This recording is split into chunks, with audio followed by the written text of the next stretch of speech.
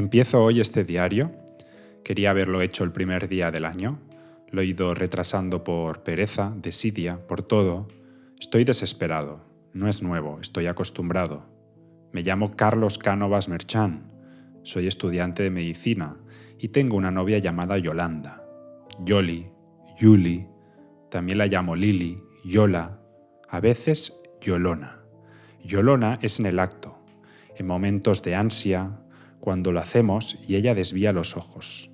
Los pone de un modo casi vacíos y sabe que eso me excita y me perturba. Me excita de mal modo, me excita lo bajo. Me lleva a no ser yo, a que aflore lo oscuro que tengo y que tienen todas las personas.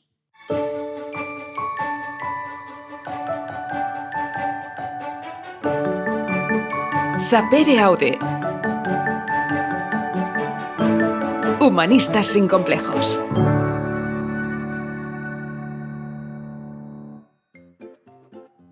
Bienvenidos a Humanistas sin complejos.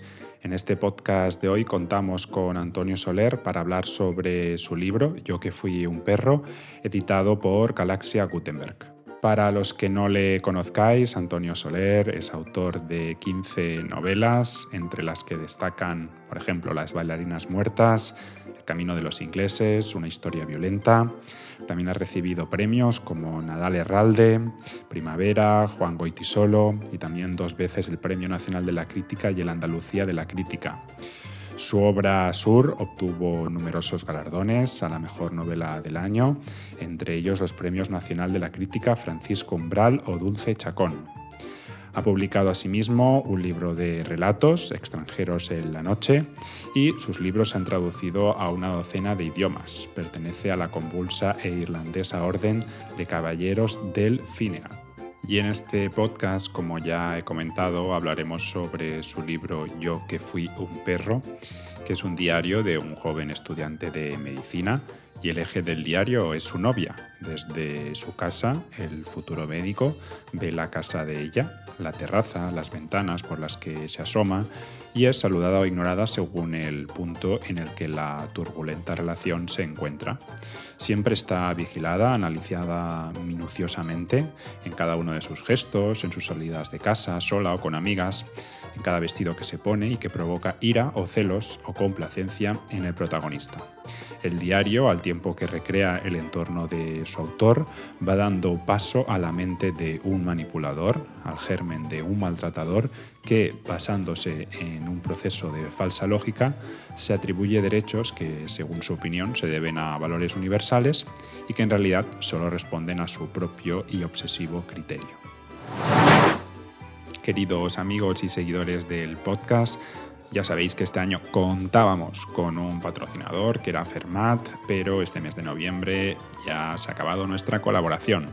Nada, agradecerles el tiempo que han estado colaborando y apoyando a este podcast, y esto podría parecer que es una mala noticia, y sí, porque dejamos de contar con sus fondos y con su aportación, pero también es una buena noticia porque se abre una nueva ventana de oportunidad para que otra empresa, otro proyecto pueda beneficiarse y colaborar con este proyecto y anunciar sus productos o servicios a la comunidad de este podcast. Así que si conoces a alguien o te interesa a ti personalmente colaborar con este proyecto, no dudes en ponerte en contacto con nosotros y te atenderemos lo antes posible. A partir de aquí, como este espacio queda abierto, aprovecho para recordar un poco que podéis poneros en contacto con nosotros a través de redes sociales. Tenemos Twitter, tenemos Instagram y también tenemos correo electrónico por si os queréis escribir directamente. Normalmente atendemos todos los mensajes, tanto de seguidores como de colaboradores, y yo personalmente estoy encantado de hablar con todos vosotros. También podéis visitar los boletines semanales, que ahora están parados porque le estoy dando una vuelta, pero espero que se reactive muy pronto. Y si queréis aportar personalmente, porque no conocéis a nadie que pueda querer patrocinarse en este podcast, yo tengo un Patreon abierto, hay muy poquita gente, pero bueno, una aportación de 5 euros al mes no viene mal para seguir trabajando en este proyecto. Nada más, vamos a por el podcast con Antonio Soler, que le tengo muchas ganas y espero que disfrutéis y seguís disfrutando de este proyecto. Yo os agradezco personalmente desde aquí todo el apoyo y el seguimiento que me dais. Una cosa, los podcasts de Roswood Social Limitada ya no se están colgando aquí, simplemente voy colgando algún trozo de la cartelera. Aquellos que os gustaba el podcast, que tiene otro tono, podéis ir al canal de Roswood Social Limitada en Apple Podcasts o en Spotify. En iVoox y en YouTube se sigue colgando dentro del canal de Humanistas sin Complejos. Pero bueno, decidimos separarlo de Humanistas porque creíamos que era lo mejor.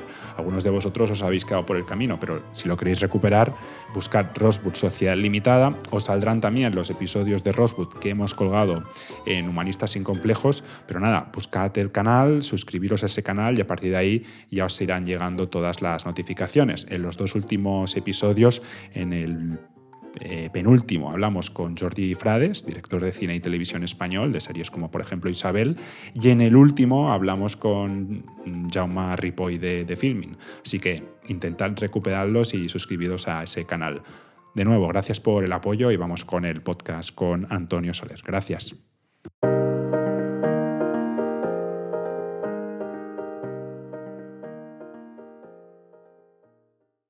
Bienvenido, Antonio Soler, a Humanistas sin Complejos. Muchas gracias, encantado. ¿Cómo te encuentras en esta época del año, del cambio ya entre el buen tiempo, ¿no? y el tiempo más lluvioso, más frío? ¿Cómo encaras estas fechas? Yo encantado. Nunca he sido muy amante de los veranos y cada vez menos. Y con esto del buen tiempo, no lo sé. Yo me acuerdo, había un estupendo alcalde en Málaga, Pedro Aparicio, éramos amigos. Y él era de Madrid, pero le gustaba mucho Asturias y me decía, oye, aquí esto que te dice todo el mundo, mira qué buen día hace. Dice, para mí hace muy buen día cuando amanece gris y lluvioso. Pues yo no tanto, pero casi. Pero en Málaga normalmente tenéis buen tiempo, ¿no? ¿O se Sí, pone feo ahora? buen tiempo del que entendemos todos como buen tiempo. Sí, hoy hace un día, vengo de una reunión cerca de la playa y hace un día primaveral. Bueno, nos hemos citado aquí para hablar de tu último libro. Es tu último, ¿no, Antonio? Sí. Yo que fui un perro, he podido leerlo y me gustaría tener una charla, una conversación sobre algunos de los aspectos que tratas en tu libro. En primer lugar, yo creo que la literatura es un medio para explorar la mente humana, especialmente cuando esta mente se adentra en los aspectos más oscuros, en aquellos espacios donde la psique humana pues, tiene intenciones algo perturbadoras. Hace tiempo, cuando leía tu libro, también me acordaba que hace un tiempo volví a releer Crimen y Castigo, y volví a sufrir incluso más que la primera vez. Y algo me ha parecido similar tu libro. O sea, ha sido un libro como muy angustioso. Me gustaría preguntarte cómo has logrado tejer esta historia en formato de diario de una forma, eso, muy angustiosa, muy inquietante. ¿Y qué crees que podemos aprender los lectores o aquellas personas que todavía no han leído tu libro, pero que esperan leerlo, de la evolución del principal personaje de la historia de este libro? Bueno, un lujo que te haya recordado a Dostoyevsky, Crimen y Castigo. Em, el origen de la novela mía está en las páginas de un diario que yo encontré eh, perdidas en un libro. Esto, y lo menciono al final de la novela. Y esto que parece un recurso literario que se ha usado mucho, encontré un manuscrito y tal, en este caso es cierto. Y además ocurrió hace mucho tiempo. Me impactó mucho leer esas páginas de un chico que era estudiante de medicina y que fundamentalmente hablaba de su novia, de un modo obsesivo, bastante perturbador. Y había 2 o 3 puntos que he mantenido en la novela. Uno, que la chica, según contaba él, vivía en un edificio frente al suyo, con lo cual establecía una labor de espionaje continua y también a través del espionaje intentaba controlar a la chica. Y luego hubo un dato bastante eh, perturbador para mí cuando este chico cuenta que está en una clase práctica de medicina y no recuerdo bien si está diseccionando un brazo o algo de eso y dice, me acuerdo de ella. Ya esto me pareció un poco inquietante. Y siguiendo ese aire, fui componiendo el personaje, adentrándome en un territorio en sombras. Yo creo que es lo que tiene la literatura como misión. Hay quien pueda pensar bueno, que una novela sirve para distraerse, para evocar determinados momentos felices o cosas de este tipo. Mi idea es distinta. Yo concibo la literatura como has dicho, como una herramienta de exploración, de adentrarse en esos territorios en penumbra y saber algo más mm, de mí y de nosotros y transmitir esa inquietud al lector, a un lector que no esté demasiado adocenado, que no lea por distracción, sino yo diría que lea como quien usa una linterna para entrar en unos ambientes, en unos callejones o en unas cavernas, si se quiere, o en unas casas que están a oscuras y que poco a poco va a ir descubriendo. Va descubriendo algo que estaba intuido, seguramente, pero no visualizado a la luz de esa linterna, podríamos decir. ¿Esos apuntes que recibiste y que te sirvieron para escribir el libro tenían anonimato o te sirvieron también para acercarte al personaje real? No, no, eran de alguien que no supe nunca quién era. Eran unas cuantas páginas de una agenda eh, que había sido utilizada como diario y estaban entre las páginas de un libro que llegó a la casa de mi madre hace muchísimo tiempo y que una amiga de mi madre le dio esos libros a ella para mí. Por esta cosa de yo entonces era joven y decía, como a Antonio le gusta leer, pues estos libros y tal.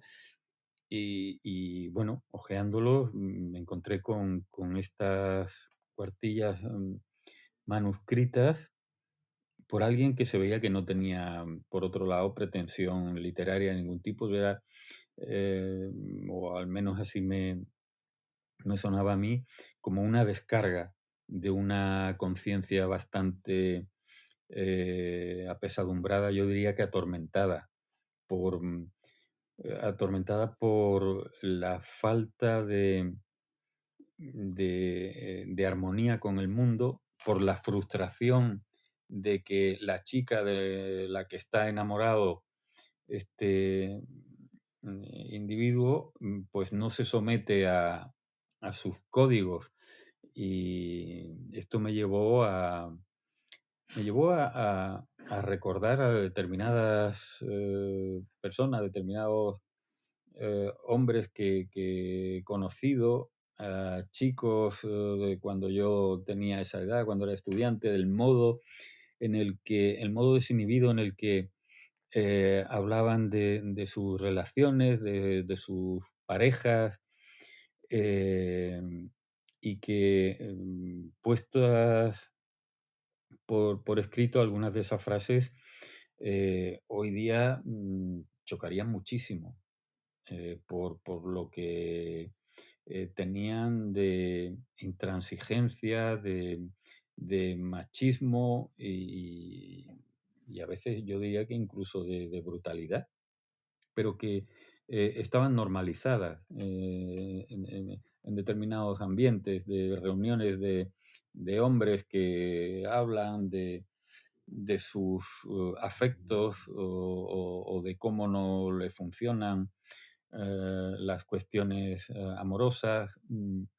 Ya digo, aparte de intentar coger el pulso a aquello que leí, hice un ejercicio de memoria. Decías ahora que las palabras que encontraste pertenecían o debían pertenecer a una persona depresiva, apesadumbrada, con una mente, bueno, tal vez un poco macabra. ¿Crees que la evolución del personaje o lo que has querido transmitir al principio? Te voy a contar un poco la sensación que tuve yo. Al Sí. principio sentía cierta empatía o lástima por el personaje y a medida que iba avanzando el libro se transformaba en un sentimiento un poco de repulsión, incluso de asco. ¿Crees que tu intención es esa? Porque al principio te encuentras con una persona muy perdida, que no está conectada con el mundo, que no está conectada con su entorno, ni siquiera consigo mismo, ¿no? Con su ser. Sí, mi intención era eh, mm, hablar de las interioridades precisamente de una persona que se mueve de un modo pendular, que va oscilando de un lado de sus sentimientos hacia su frustración y cómo poco a poco se puede ir anulando, podríamos llamar la parte luminosa, la parte positiva y la propia frustración, la propia inseguridad va generando veneno, va destilando algo bastante oscuro. Esta era la intención hasta qué punto eso luego puede desembocar en un hecho dramático o no.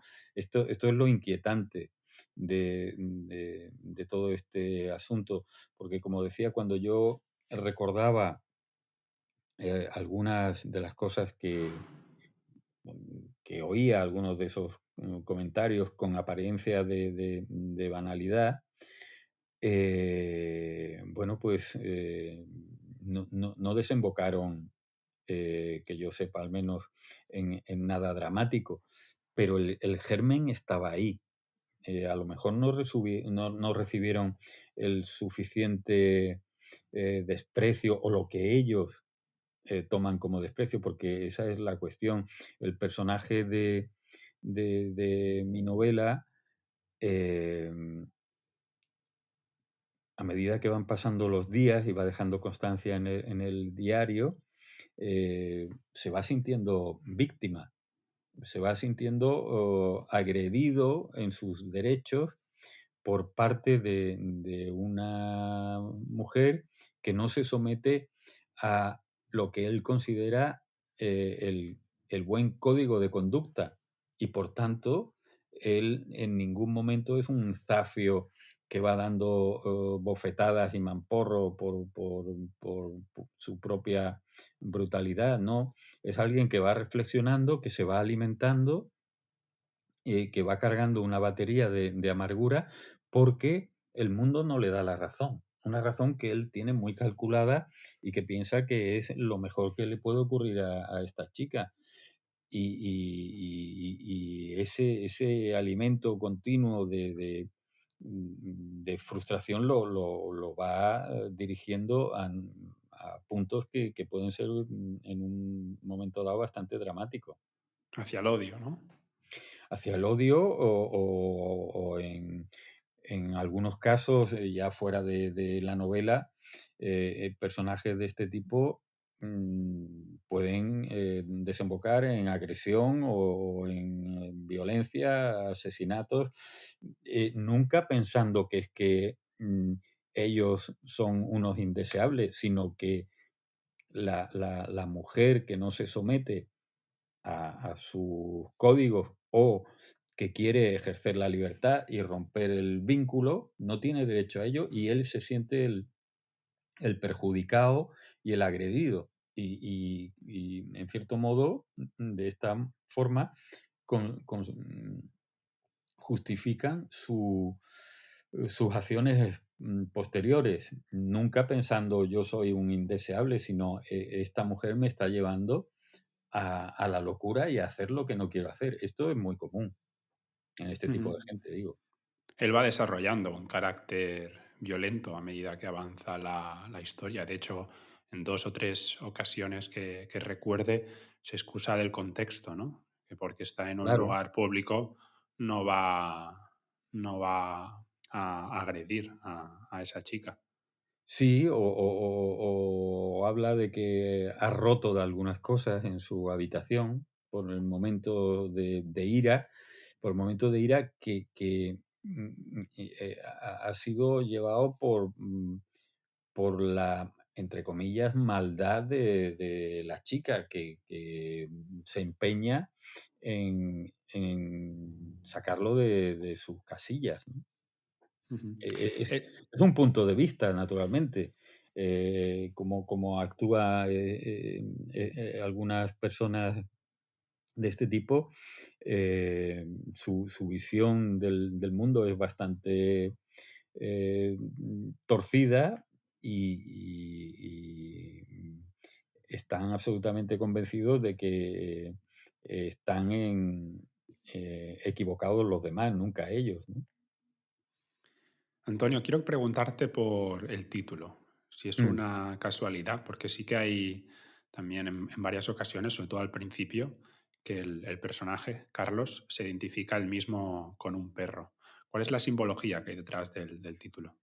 Bueno, es un juego que puede tener varios sentidos. Por un lado, él efectivamente en un determinado momento dice que no quiere ser un perrito faldero de ella, es decir, reivindica su hombría, su negación a perder un rasgo que él considera masculinidad, que es someterse a los criterios de la chica. No, él no quiere ser un perrito faldero. Y al mismo tiempo, en el sentido peyorativo con el que con el que denominamos a los canes, es bastante perro con ella. Y el título lo usé en pasado porque, bueno, se supone que quien escribió aquellas páginas que yo encontré ha madurado. Probablemente no ha salido en ningún telediario como autor de ningún crimen ni nada de esto, y a lo mejor se da cuenta con el devenir del tiempo y los años de que fue bastante perro. Ahora es momento de hacer una breve pausa porque quiero mostrar mi agradecimiento por estar ahí escuchándonos y apoyándonos. Espero que estés disfrutando del episodio hasta ahora. Nuestro proyecto no sería posible sin personas como tú, pero si quieres colaborar aún más, te dejo el enlace de Patreon en la descripción del episodio para apoyarme con el proyecto por solo 5 euros al mes.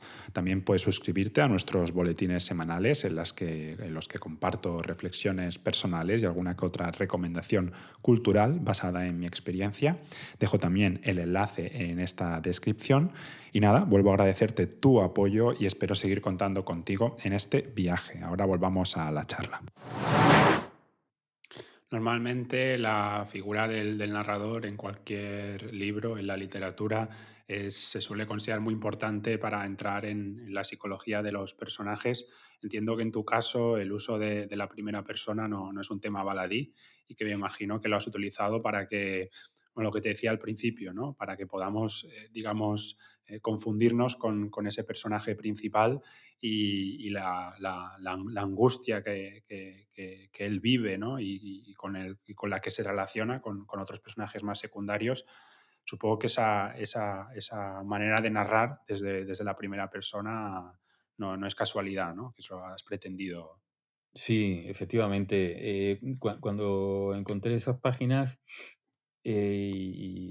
vueltas a leer antes de escribir la novela para ver si me causaban el mismo impacto, la misma sensación de inquietud, y me decidí a escribir la novela, la cuestión básica primera que se me planteó es qué punto de vista iba a utilizar y qué voz iba a utilizar. Y decidí mantener el formato del diario, ya no solo escribir la novela desde una primera persona, sino que el formato fuera el diario, es decir, que lo que yo estaba escribiendo fuesen las frases que escribía el personaje. Esto tiene algún problema técnico, que es que em, l- estamos viendo al resto de los personajes de la novela a través de un punto de vista muy subjetivo, que es el de uno de los personajes de la novela. Normalmente cuando uno escribe una novela, aunque sea en primera persona, hay recursos técnicos para poder hablar de los otros personajes, situarlos en determinados contextos. Aquí no, aquí todo lo estamos viendo a través de la mirada de Carlos, del protagonista. Y nos creemos parte de lo que dice y otras de las cosas que nos está contando, viendo de qué pie cojea el personaje, las ponemos en cuarentena. Pero a pesar de ese eh, riesgo de lo subjetivo al 100%, me parecía que era la fórmula ideal para entrar en la mente de este personaje, porque a medida que él está hablando de los demás y nos está diciendo cómo son y las cosas que le hacen, lo que le ocasiona problemas y disgustos y frustraciones, lo que está el lector de la novela haciendo es ver un auténtico autorretrato del protagonista, de quien escribe.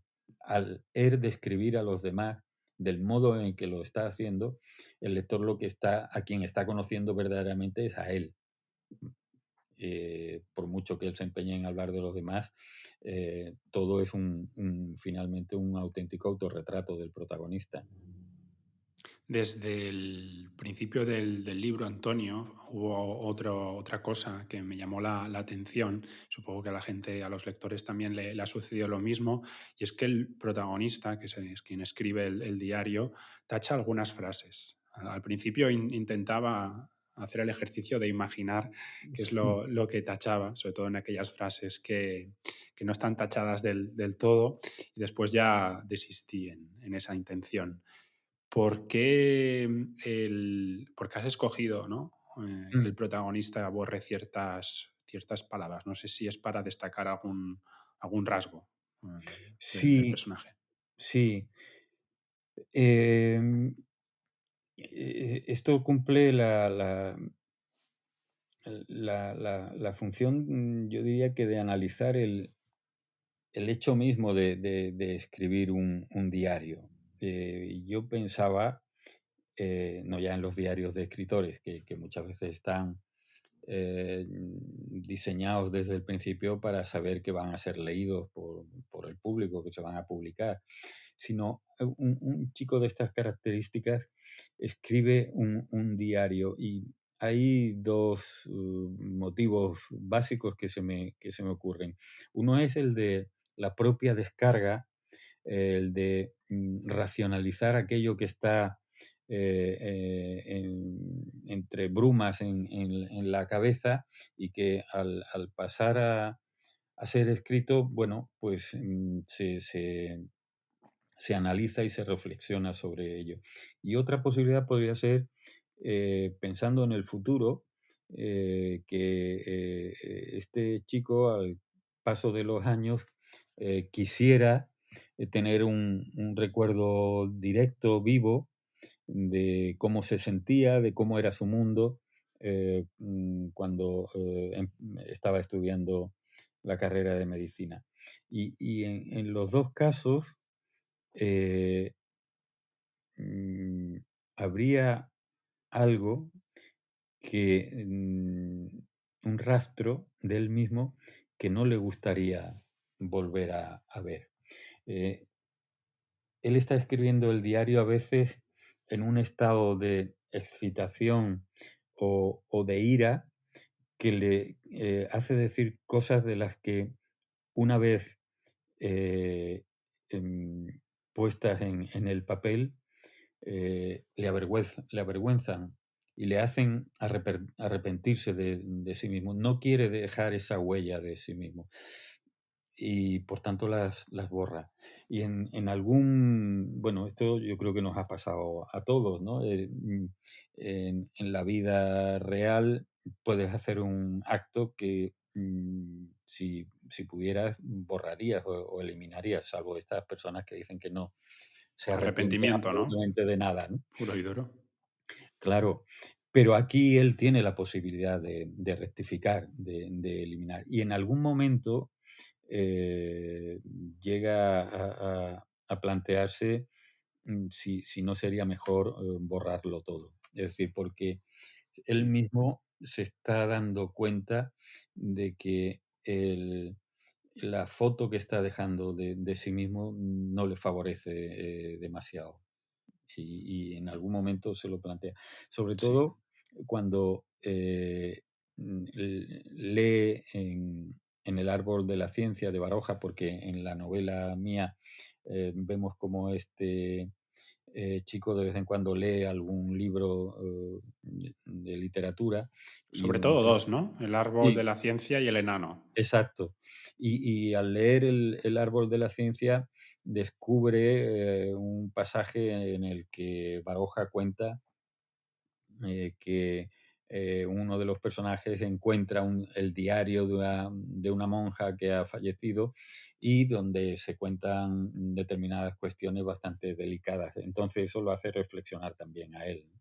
Es decir, bueno, si yo por algún motivo perdiera este diario o alguien pudiera leer esto, no me gustaría que vieran mis pensamientos más íntimos o los más oscuros, como de hecho finalmente ocurrió. A lo que Sí, pasa que sí. sin saber quién es, pero finalmente leí parte de lo que él quería que fuera solo territorio de la intimidad. Eso lo tenemos todos, ¿no? Con cosas que escribimos o incluso los famosos grupos de WhatsApp, mensajes que nos escribimos con gente, ¿no? Claro, Si sí, saliera sí. toda la luz, ¿no? Claro, sí, sí, no, y yo estoy convencido también. Que algún lector, hombre, me ha dicho, es el personaje más oscuro, más canalla que has escrito nunca. Yo estoy Más convencido de macabro. que no. Yo creo que no. Lo que creo es que han visto pasar una sombra al leer en la que puede que se hayan reconocido, no por completo, sino algún rasgo, algún pensamiento que una vez tuvieron. Ujú.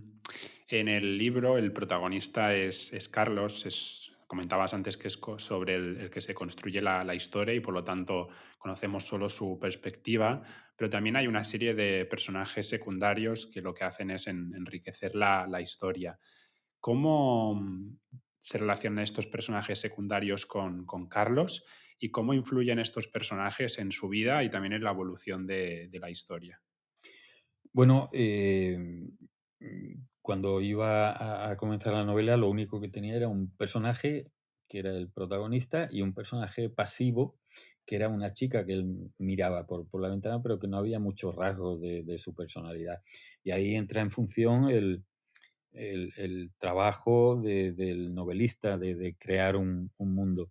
Y fui rescatando eh, personajes que he conocido a lo largo de mi vida. Sobre todo me fui a mi etapa de juvenil, cuando yo podía tener una edad parecida al protagonista de la novela, los amigos que entonces tuve, y que mm, le van dando sentido al personaje. Y sobre todo porque lo vemos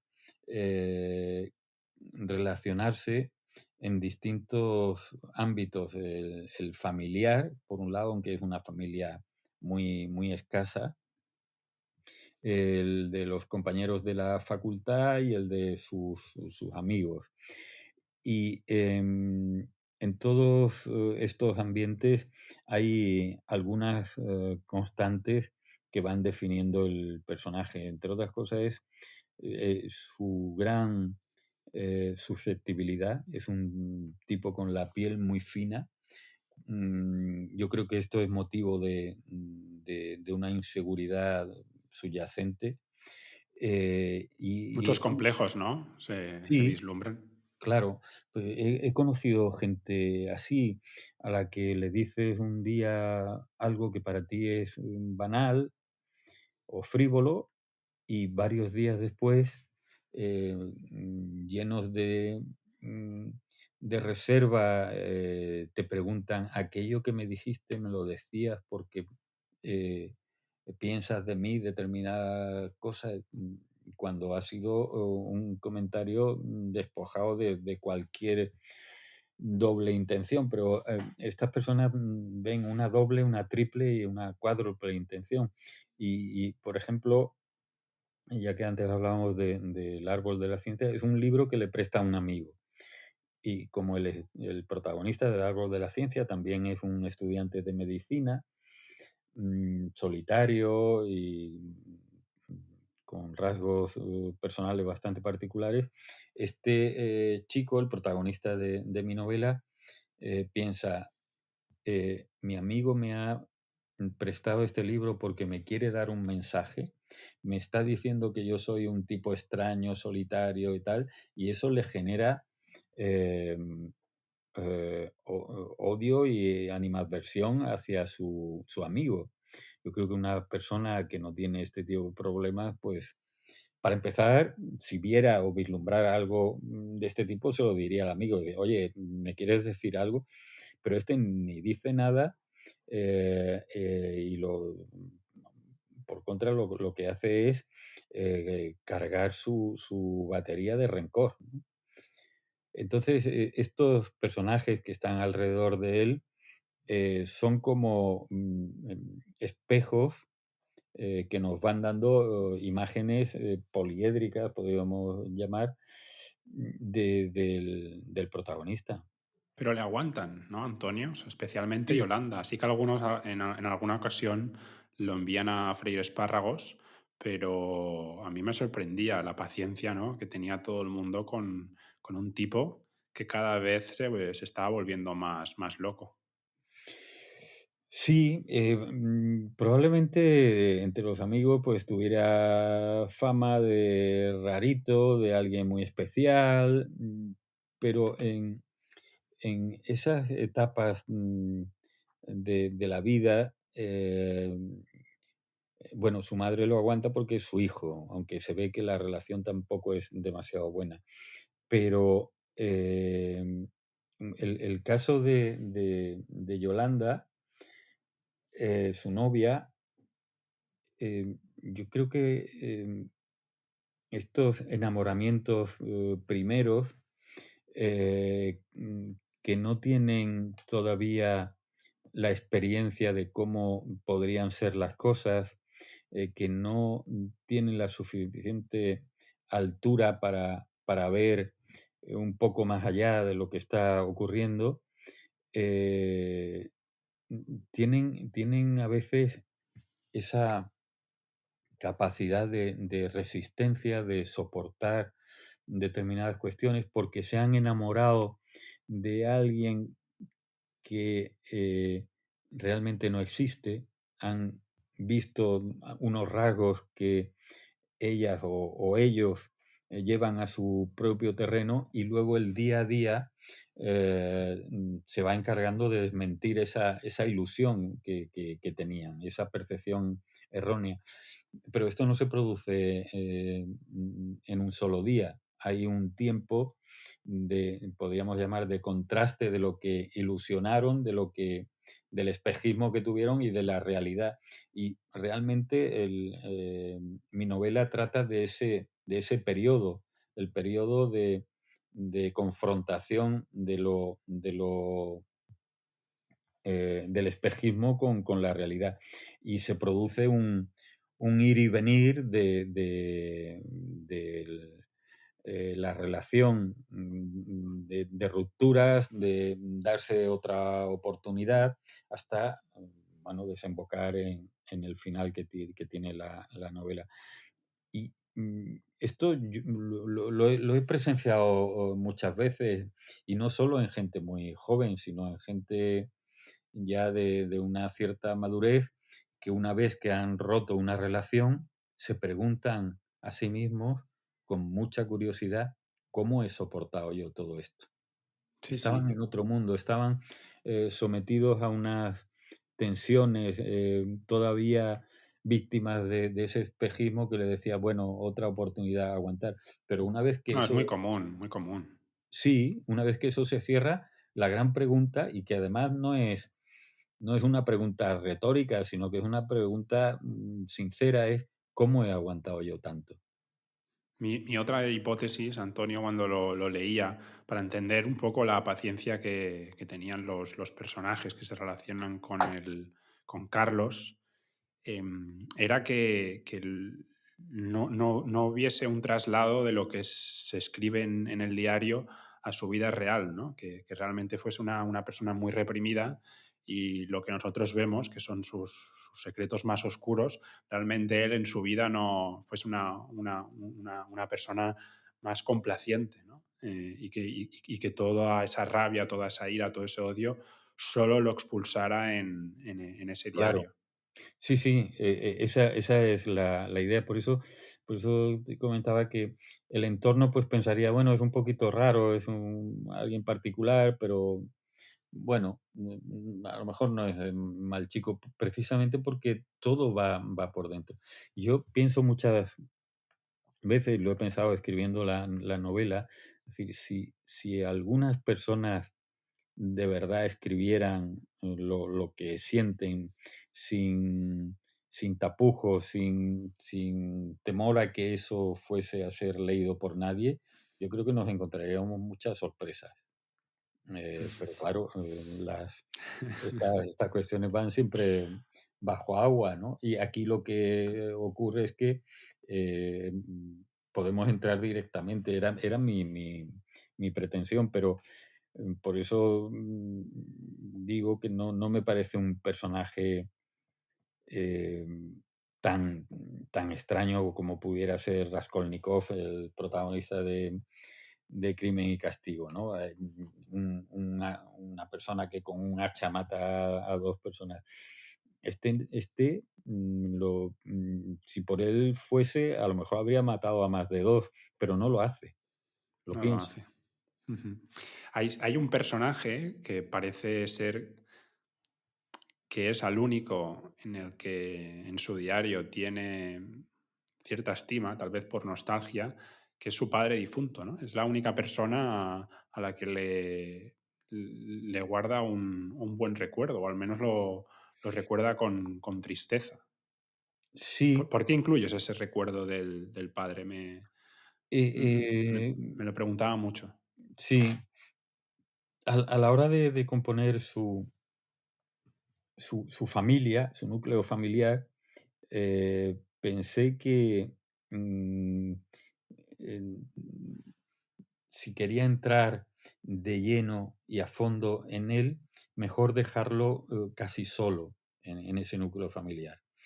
Entonces decidí que el padre había muerto, que era un fantasma, y no tiene hermanos, es hijo único y vive con su madre viuda. Eh, y él es como el pequeño reyezuelo de su entorno familiar.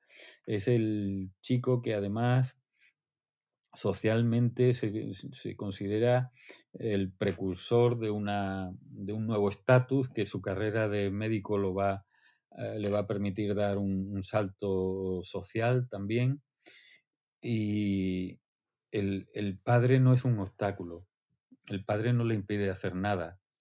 El padre no le causa frustración como le causa a su novia, como le causa a su madre, que no siguen el compás de sus pasos. El padre mm, no le ocasiona ninguna perturbación. También hay otro personaje con el que manifiesta algún cariño, que es su amigo Benito, que tiene bastantes problemas. A lo mejor, eh, como Benito tiene problemas más serios en apariencia que él, pues eso le permite no tener un complejo de inferioridad con Benito, ¿no? En el libro antes comentabas que Carlos es lector de algunos libros, no muchos, pero sí que Sí, algunos aparecen. ¿Por qué escoges esos libros? Sobre todo las frases que destacas del enano, que yo es un libro que no conocía, me llamaron mucho la atención. ¿Y por qué utilizas muchas más referencias literarias que cinematográficas? De hecho, la única que me apunté es que creo que al principio de la película comparten un visionado de Barry Lyndon, que no sí, sé si es casualidad, pero no recuerdo si lo propone ella, si lo propone Yolanda y él le acompaña. sí. ¿Qué buscas con esas referencias literarias y cinematográficas? Bueno, fundamentalmente las literarias, eché mano de algunas de las lecturas que yo hacía cuando tenía una edad aproximada a la que puede tener el personaje, y de algunos libros que, unos buenos, otros malos, que leí en esa época, y algunos que despertaron mi interés. Y fundamentalmente ahí son dos. Uno, el árbol de la ciencia, por esto que hemos hablado, que el personaje puede tener ciertas similitudes con el protagonista de Yo que fui un perro, y eso me servía para establecer una especie de diálogo de mi personaje con el personaje de Baroja. Es como si él se viera en un espejo y destacara las diferencias que tiene con él. Eh, es me servía para esto fundamentalmente, ¿no? Para que él en ese espejo pudiera resaltar los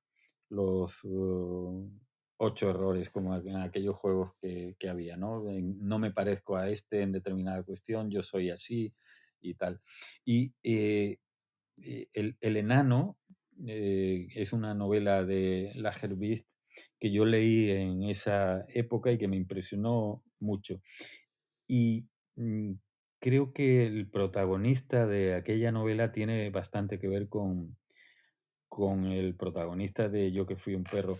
El protagonista del enano es un enano, es un bufón en la corte de una corte nórdica, pues, no recuerdo si era el siglo XV o XVI, y a pesar de su condición en la corte, de ser el bufón, de ser un enano que apenas mide 70 centímetros, eh, mm, tiene una gran soberbia. Eh, Considera que él debería estar por encima del rey, porque está medio enamorado de la reina y considera que el único hombre a la altura de la reina en la corte es él, pero no deja de ser un bufón. Y eso, en cierto modo, lo emparenta con mi personaje, que moralmente también es un enano, ¿no? Ujú. ¿Y El- Barry Lyndon? bueno, lo de Barry Lyndon fue casi casualidad, una película que yo recuerdo haber visto con... Es que el personaje de Barry Lyndon tampoco es que tenga demasiados Sí, escrúpulos. eso es. Por eso, una película que tuviera alguna relación con este personaje, y se me ocurrió que fuera Barry Lyndon, pero aparte de lo que tú has mencionado, por nada especial. Hay un tema, el de la redención, ¿no? Y cómo el personaje gestiona toda esa ira y todo ese odio. Y utilizas mucho el elemento sexual, tanto compartido con Yolanda como con él mismo, Sí, en un onanismo, ¿Por qué resaltas, ¿no? Porque Carlos tiene, ¿no? Su manera muchas veces de solucionar sus problemas Mm, personales, que lo traslada y lo plasma en su diario, siempre es a través del sexo. sí. ¿Por qué utilizas ese recurso? Bueno, primero estábamos en una novela donde la, la cuestión principal es una relación amorosa de él con Yolanda. Por tanto, el sexo está ahí. Lo que ocurre es que él es un reprimido sexual también. Eh, yo creo que eh, Yolanda y él tienen bastantes asimetrías, por llamarlo de algún modo, y la sexual también está ahí. Él vive el sexo siguiendo un deseo que culmina en un estallido de placer que debe ser pagado. Es decir, después del placer viene la culpa y eso hay que expiarlo. Ese placer que has obtenido no es sano, según su mente, no es limpio y, por tanto, necesita una purga. Y ella no está en esa tesitura ni la comparte. Y esa es otra fuente de conflicto entre ellos, que él muchas veces seguramente no le manifestará abiertamente a ella, pero que no deja de pensar en ella. Eh, y por eso la presencia inevitable del sexo, teniendo en cuenta además que están en un estallido de pura biología hormonal, que tienen alrededor de 20 años y hay una pulsión y un deseo por alguien que tiene a una novia con la que mantiene determinados contactos sexuales, eh, pero con la sensación muchas veces de que uno está en Madrid y la otra en Tokio, ¿no? Aunque estén en la misma cama o en el mismo sofá o donde sea. La cabeza de uno está en un sitio y la cabeza de la otra en otro muy, muy distante. Yo diría que es como si se hubieran encontrado dos personas de distintas épocas en ese sentido. Para ir terminando, Antonio, me gustaría preguntarte sobre el proceso creativo de confección del libro y sobre aquellos obstáculos con los que te hayas encontrado, que imagino que también ha habido un ejercicio de introspección muy, muy importante por tu parte. Sí, bueno, para mí fue clave yo no habría escrito esta novela si no hubiera encontrado esas páginas y eso fue clave. Eh, Pero esas páginas las encontraste, entendido, hace tiempo y sí, las recuperaste recientemente, ¿no? sí las guardé.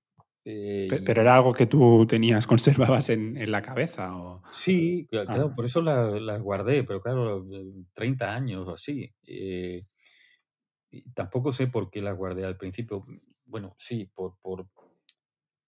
por el desasosiego, por la inquietud que me producían esas páginas y antes que tirarlas dije, bueno, esto lo guardo sin el deseo inmediato, sin la perspectiva inmediata de convertirlas en una novela, pero bueno, estas cosas que por si acaso ahí se quedaron. Y sí, hace un par de años o así, quise volver a leerlas para ver si me provocaban la misma sensación y como fue así es cuando inicié la idea, el plan de escribir la novela. Y eh, aunque literariamente no tenía nada que ver con lo que luego he hecho, pero sí había ahí una especie de hilo mm, del que he ido tirando poco a poco para componer esta madeja del personaje. La escritura no ha sido tortuosa en ese sentido. He tenido las dificultades lógicas de crear un mundo que a veces funciona, a veces no, y, y Pero la te escritura llevan. también muchas veces sirve para enfrentarte, ¿no?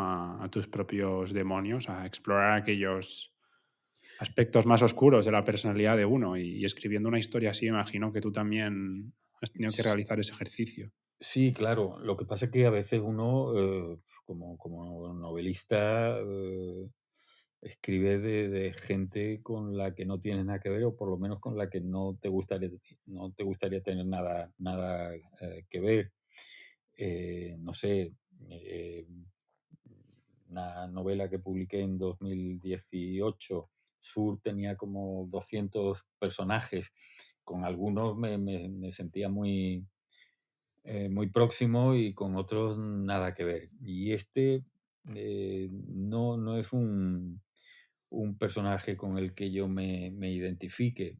Lo que sí he hecho es un ejercicio de búsqueda, De memoria, ¿no? Comentabas de antes. memoria, sí, lo que decía antes, y también sí de cómo yo en determinados momentos recibía esos comentarios, esa información que en algunos ambientes, y eso es lo más chocante y a lo mejor más deprimente, estaban normalizados. Por ejemplo, yo recuerdo el tiempo que estuve en el ejército de modo no voluntario, pero en ese ambiente en el que se recibían cartas de las novias y tal, y lo que hablaban entre los chicos allí, entre algunos y tal, de las posibles infidelidades de chicas que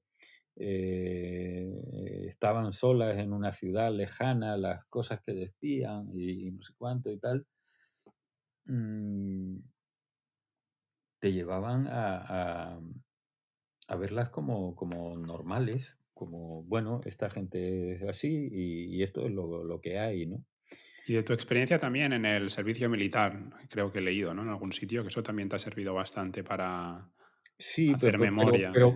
pero porque son ambientes muy cerrados. En aquella época no había mujeres en el ejército, ambientes muy cargados De de, testosterona. de testosterona, de machismo, ¿no? Y donde hay gente de todos los estratos, y unos más moderados y otros menos, y soltaban comentarios de un modo muy, ya digo, muy libres de cualquier censura previa ni nada. Y además, sin el menor atisbo de que eh, hubiera que tener censura si decían estas cosas, ¿no? Ahora sí, Antonio, para terminar y también a modo de resumen, me gustaría preguntarte sobre qué momento o pasaje de tu libro te parece el más significativo o revelador y qué deseas que los lectores capten de manera fundamental en Yo que fui un perro. Pues la verdad es que no sabría decir un pasaje concreto, no lo sé, no lo sé. Y como hemos estado hablando, es una novela básicamente de una obsesión, pero que también hay pequeñas parcelas de otros mundos. Por ejemplo, yo creo que hay algunos pasajes con sentido del humor, más blanco, más negro, pero existe. Eh, em, Hay algún pasaje en los que la sensibilidad del protagonista está desgajada de ese sentimiento de amargura, porque tiene la sensación de que ve la luz al final de ese túnel que está atravesando, ¿no? Pues quizá algún pasaje de esto, para que todo no fuera pura obsesión. Ahora que te preguntaba por los pasajes, antes me he olvidado de preguntarte, aquellos trozos que tachas, que borras, ¿están seleccionados a posteriori o ya los escribías con la intención de que no se Sí. vieran? No, los escribía y los iba tachando, sí, a Mm. medida que fue un recurso que se me planteó muy, muy desde el principio. Pensé que si yo estuviera escribiendo determinadas cosas en un momento de ira, por mucho que el diario te fuera dando pistas, cuando esos momentos de ira te llevan a decir cosas más graves o más sucias, mm, mm, preferiría borrarlos. Y me imagino que ese personaje haría lo mismo. O sea, fue sobre la marcha, cuando él está muy frustrado y habla contra Yolanda y contra su familia y las denigra de un modo ya o soez o cruel, una vez escrito, eh, lo borra. Yo escribía eso y lo borraba, porque aunque en sus peleas con Yolanda él pudiera decir cualquier barbaridad, eso no quedaba registrado. Eran palabras dichas que se llevaba el viento, pero lo que él escribía, aunque fuera para él mismo, ahí quedaba. Y como decía antes, él no se podía permitir dejar un rastro tan infame de sí mismo. Bueno, tenía ese temor, ¿no? Sí, Que tú comentabas antes. sí, pero ni siquiera para él mismo. Ya Ujú. más allá de que alguien pudiera leerlo, él no quería volver a leerse. Asustarse de sí mismo, ¿no? Sí, o avergonzarse, sí. Avergonzarse. Antonio Solé, autor de Yo que fui un perro, libro editado y publicado por Galaxia Gutenberg. Bueno, gracias por compartir un rato conmigo y con los oyentes de Humanistas sin Complejos. Muchas Y gracias a ti. espero que nos podamos encontrar en un futuro con Espero que otro sí, libro y hablando de otros temas, igual de interesantes y tal vez un poco más luminosos que este. seguro. Pues muchísimas gracias, Antonio. Un Gracias abrazo a muy ti. fuerte. Un Adiós, abrazo hasta la fuerte. próxima. Y esto ha sido todo por hoy. Normalmente cuando acaba el podcast suelo agradeceros por el apoyo, eso lo sigo haciendo, lo reitero y lo seguiré haciendo, lo reiteraré, porque si este proyecto sigue en marcha, bueno, un poco también es por egoísmo, porque me apetece seguir leyendo esos libros y comentándolos con sus autores y autoras, pero también es porque hay una comunidad detrás, que sois vosotros siguiendo el podcast y escuchándolo y haciéndonos llegar vuestros comentarios. Así que os animo a seguir ahí y a sumar a más gente incluso. Normalmente también en este espacio, como decía, lo utilizo para agradecer al patrocinador de este podcast, pero ya desde este mes no contamos con la colaboración de Fermat y vuelvo a decir lo que os decía al principio, que si queréis participar patrocinando este podcast, conocéis a alguien o lo podéis hacer también directamente, pues hacednos llegar vuestra propuesta o ponednos en contacto con quien creáis que puede estar interesado. Y nada más, dejamos siempre en la descripción toda la información útil de los boletines que ya os he comentado que están parados porque le estoy dando una vuelta, estoy reflexionando sobre ello, pero espero reactivarlos lo antes posible, y también el enlace de Patreon. Os invito a disfrutar de todos nuestros episodios pasados y futuros en las distintas plataformas de distribución podcast. Recordatorio de que el canal de Rosburg Sociedad Limitada está creado y que podéis suscribiros. Y nada más, nos vemos en el próximo episodio de Humanistas sin Complejos. Gracias.